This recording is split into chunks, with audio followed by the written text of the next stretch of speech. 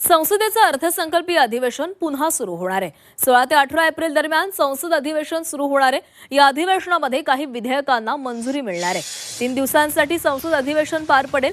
संसदेचं अर्थसंकल्पीय अधिवेशन 16 एप्रिल पासून 3 दिवसांसाठी पुन्हा सुरू होणार आहे। त्यावेळी लोकसभेच्या जागांची संख्या 543 वरून 816 करण्यासंबंधीचे विधेयक मंजूर करून घेण्याचा आणि महिलांच्या राखीव जागांचा कायदा लवकरात लवकर लागू करण्याचा प्रयत्न असेल। 16 ते 18 एप्रिल दरम्यान अधिवेशन होणार आहे।